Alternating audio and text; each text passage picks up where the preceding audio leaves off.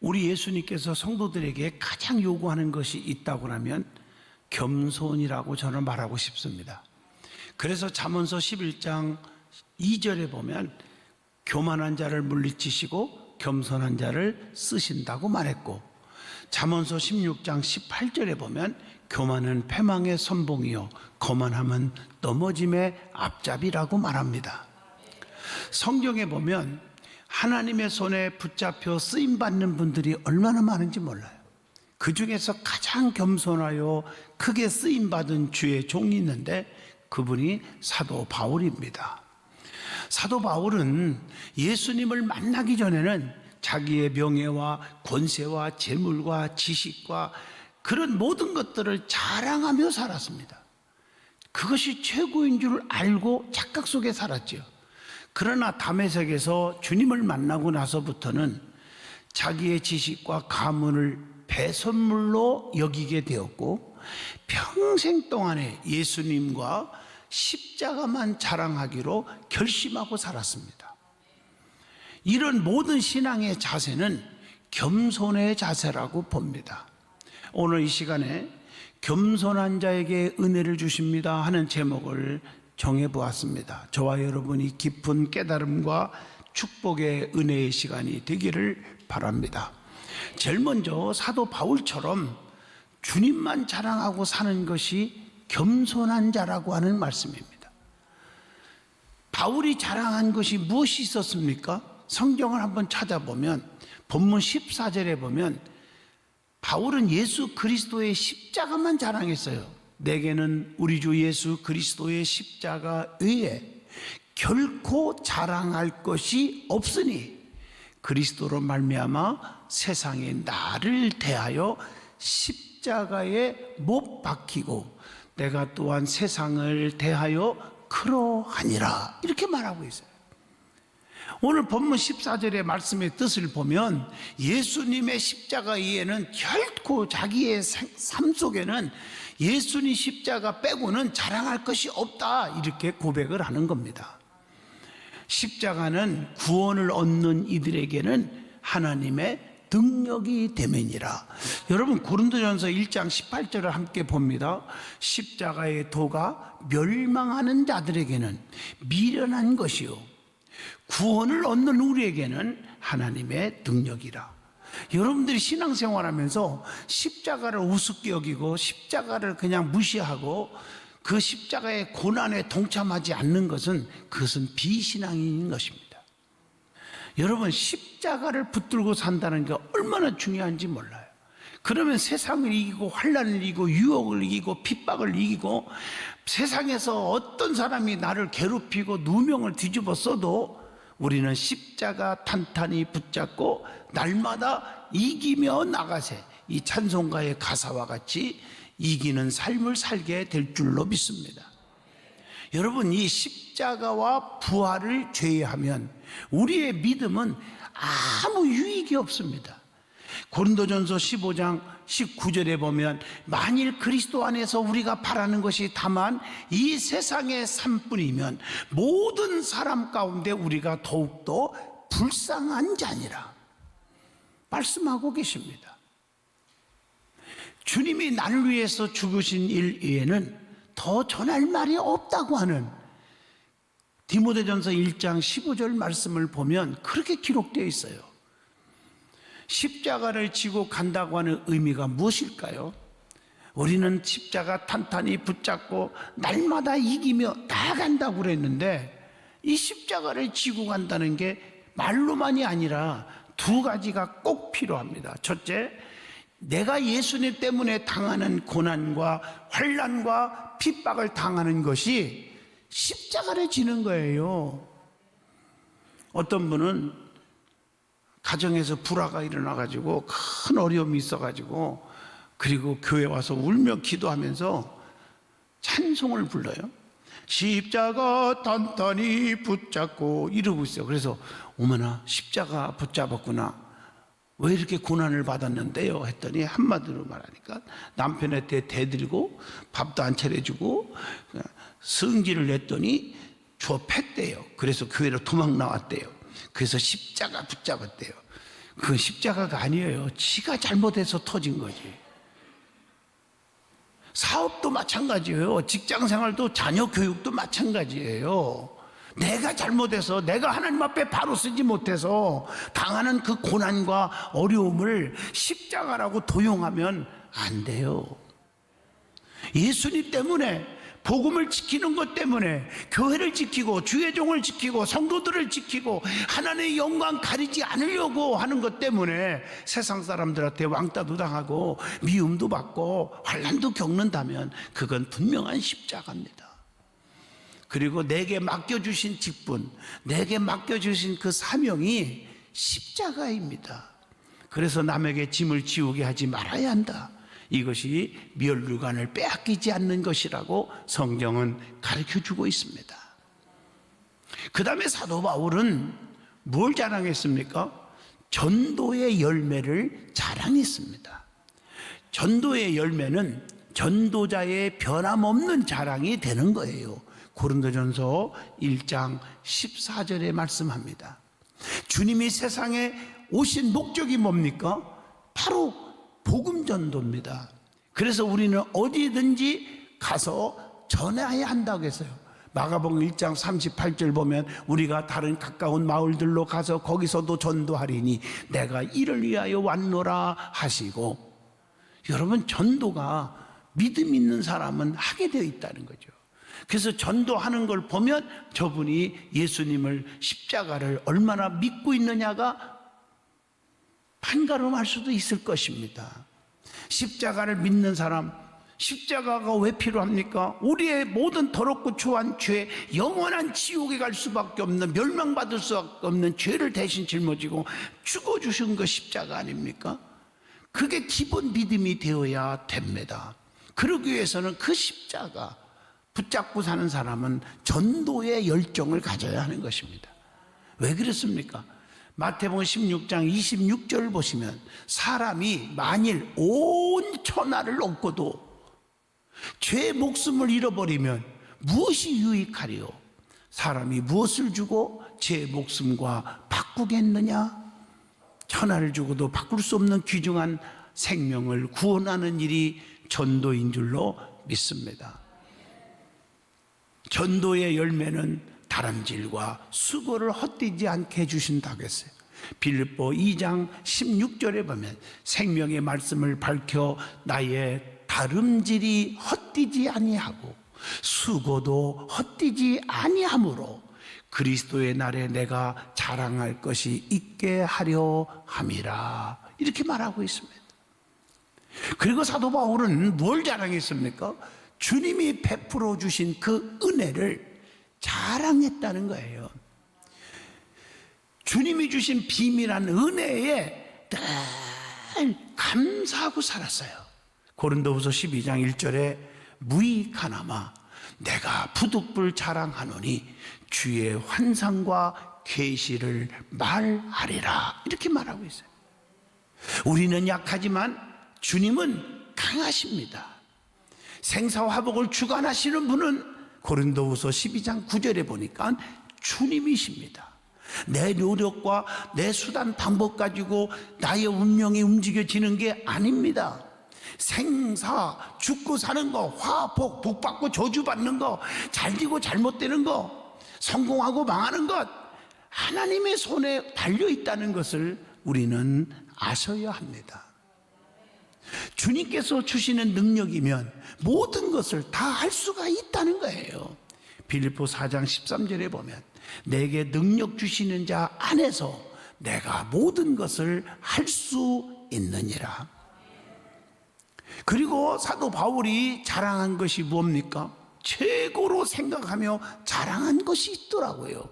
그게 뭘까? 찾아봤어요. 빌립보 3장 20절에 보니까 우리의 시민권은 하늘에 있는지라 거기로부터 구원하는 자 곧 주 예수 그리스도를 기다리노니, 하늘의 시민권을 소유한 것을 최고로 알고 살았습니다. 우리의 시민권은 하늘에 있다, 이것입니다. 그리고 예수님을 아는 지식을 최고로 생각하고 자랑했어요. 요한일서 5장 20절에 그리고 빌립보 3장 8절을 보면 그리스도를 얻은 것을 최고로 생각하고 자랑했어요. 내가 최고 잘한 것이 있으면 그게 뭘까? 내 안에 주님을 모시고 있다는 것. 내가 세상에서 제일 선택을 잘한 것이 뭐냐? 나는 그리스도인이 된 것. 내가 예수 믿게 된 것. 이렇게 되시기를 바랍니다. 또 우리에게 주신 은혜가 있습니다. 하나님 앞에서 겸손히 행하는 것이 진정한 겸손입니다. 하나님 앞에서 겸손한 자는 모든 것들이 하나님 앞에서가 되어야 한다는 거예요.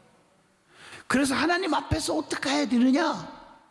솔직하라는 거예요. 요한일서 1장 9절에 만일 우리가 우리 죄를 자백하면 그는 미쁘시고 의로우사 우리의 죄를 사하시며 우리를 모든 불의에서 깨끗하게 하실 것이요. 이렇게 말하고 있어요.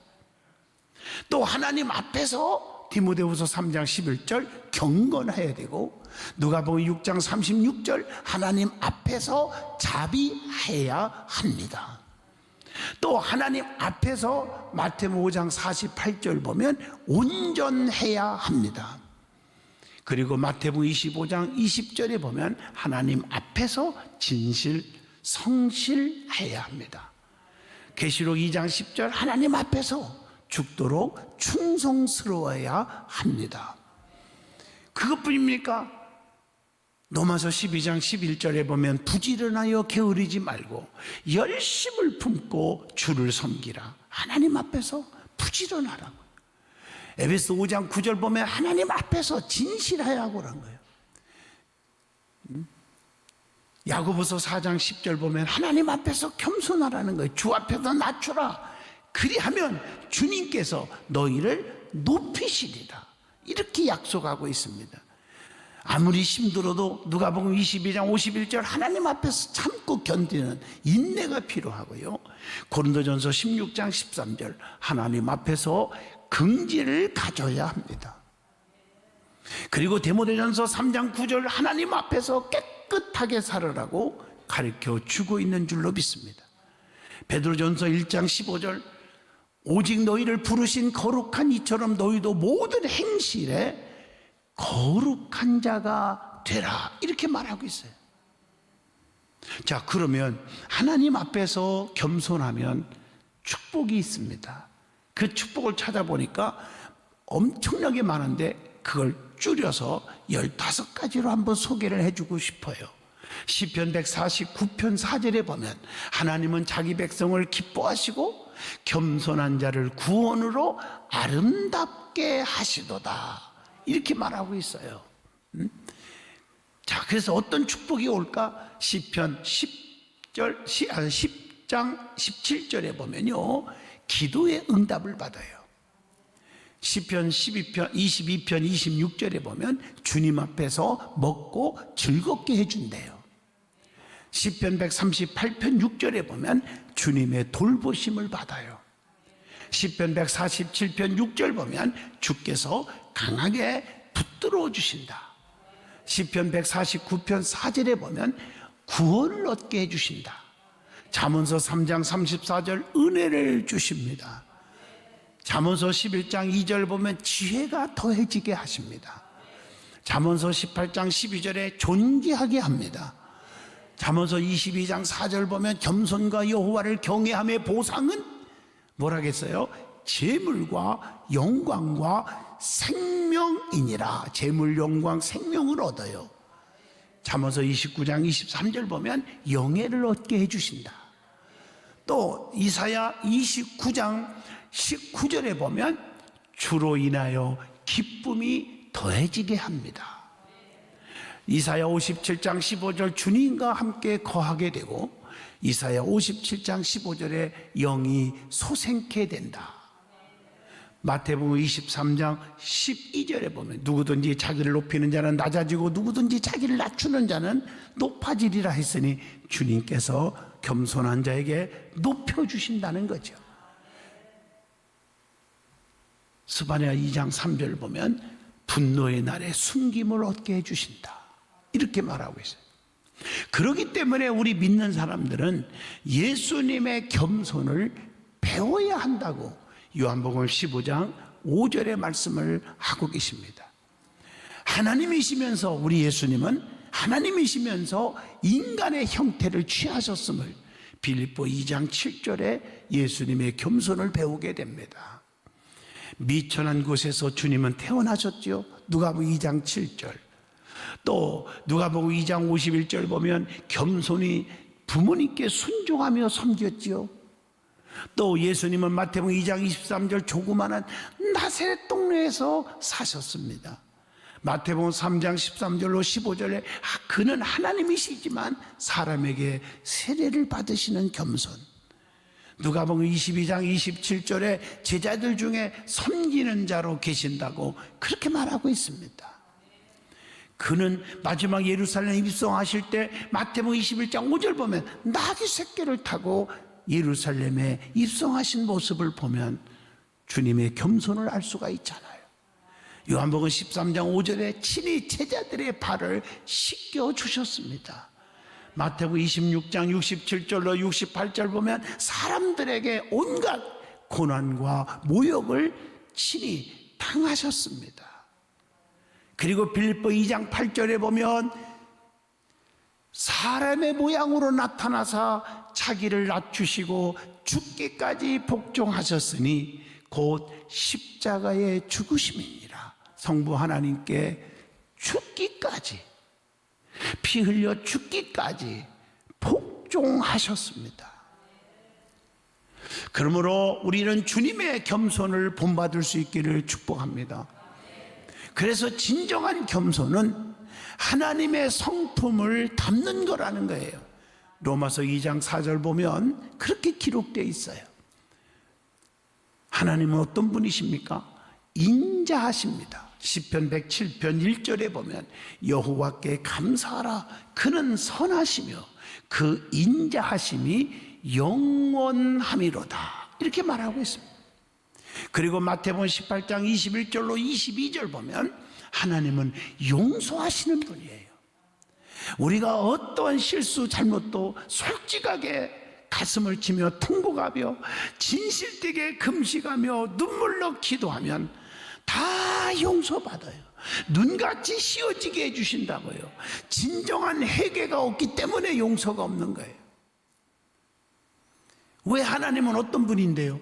오래 참으시고 인내하시는 분이잖아요. 베드로후서 3장 9절 보세요. 주의 약속은 어떤 이들이 더디다고 생각하는 것 같이 더딘 것이 아니라 오직 주께서는 너희를 대하여 오래 참으사 아무도 멸망하지 아니하고 다 회개하기에 이르기를 원하시느니라. 그렇게 말하고 있어요. 자, 그러면 겸손과 교만을 구분하는 방법이 있어요. 무엇을 보고 저 사람은 겸손한지 저 사람은 교만한지, 이 말은 저 사람은 하나님 앞에 쓰임받고 축복받을지 저 사람은 하나님 앞에 버림받을지 그 말과 그 말이 똑같은 얘기예요. 뭘 보고 겸손과 교만을 구분할 수 있느냐? 이것은 여러분들이 많은 사람들을 볼 때도 판단할 수 있는 기준이 되고 자기 자신에게도 손을 얹고 판단해 볼 수 있는 기준이 되기도 합니다. 자, 고린도전서 15장 10절 말씀에 의하면 지난 과거에 대해서 어떤 생각을 하고 있느냐에 따라서 교만한지 겸손한지를 구별할 수가 있다는 거예요. 쉽게 말하면 지금까지 내가 나된 것은 사도 바울처럼 고백하는 거죠. 하나님의 은혜로 된 거다. 내가 잘나서 똑똑하고 많이 배워서 로마의 시민권을 갖고 있었기 때문이라 이렇게 말하지 않았어요. 전적인 하나님의 은혜로 내가 되었다 이렇게 고백한다면 그것은 겸손한 자입니다. 그러니까 바울을 하나님이 쓰셨죠. 지금까지 나의 나된 것은 내 노력, 내 가문, 내 운명 때문이 아니라고 생각한다면 겸손인데 내가 잘나서 됐다 이렇게 말하면 교만한 것이라. 내가 노력해서 내가 똑똑해서 교만입니다. 그 다음에 현재와 미래에 대한 생각을 보면 알 수가 있어요. 지금이나 미래에 대해서 하나님이 도와주지 않으면 1분 1초라도 살 수가 없다 이렇게 생각하고 고백하고 사는 사람은 겸손한 사람입니다. 지금이나 미래에 내 힘으로도 살 수 있다. 내가 지금까지 얼마나 잘 나갔는데, 이런 것은 교만한 자이라고 말하고 있습니다. 우리는 겸손한 반열에 설 수 있기를 축복합니다. 결론적으로 말합니다. 하나님은 겸손한 자를 크게 쓰시고 또한 쓰시기 위해서 물질과 재능과 지식과 지혜와 건강과 영혼을 주시는 줄로 믿습니다. 하나님이 쓰시려고 하니까 겸손한 자를 쓰신다고 했고, 그러면 겸손한 자를 쓰시는데 그냥 쓸 수가 없잖아요. 그러니까 하나님이 다 모든 것을 해결해 주시고 쓰시는 거예요. 주변 환경이 어렵고 힘드는 일만 생기는데 어떻게 주님을 위해서 일할 수 있겠어요? 그래서 전능하시고 전지하신 부자의 아버지께서 가난한 자는 부함을, 약한 자는 강함을, 미련한 자는 지혜로움을, 실패자는 성공함을, 슬픈 자에겐 기쁨을, 자녀가 속삭이면 자녀들이 잘되게 함을, 평강을 주셔서 하나님이 쓰신다는 것입니다. 그러나 교만한 자는 주님의 손에서 떨어져 나가기 때문에 패망할 수밖에 없습니다. 저와 여러분은 겸손한 자가 될 수 있기를 축복합니다. 예수님처럼 제자들의 발을 손수시켜준 것처럼 우리는 목에 힘을 주고 살지 말고 권위주의자가 되지 말고 우리는 겸손해서 섬기는 자가 될 수 있기를 축복합니다. 성도는 사도 바울처럼 빌립보 1장 21절 말씀처럼 그리스도가 나의 삶의 전부가 되어야 합니다. 갈라디아서 2장 20절처럼 그리스도가 나의 삶의 주인이 되셔야 됩니다. 그리고 그리스도가 삶의 최고라고 겸손히 고백할 수 있기를 빌립보 3장 8절에 의해서 부탁합니다. 그래서 주님이 주시는 능력을 받아서 큰 일하고 큰 상 받는 축복 속에 사는 든든한 교회 성도들이 되시기를 축복합니다. 그리고 그리스도의 사랑이 우리 속에 넘치기를 축복합니다.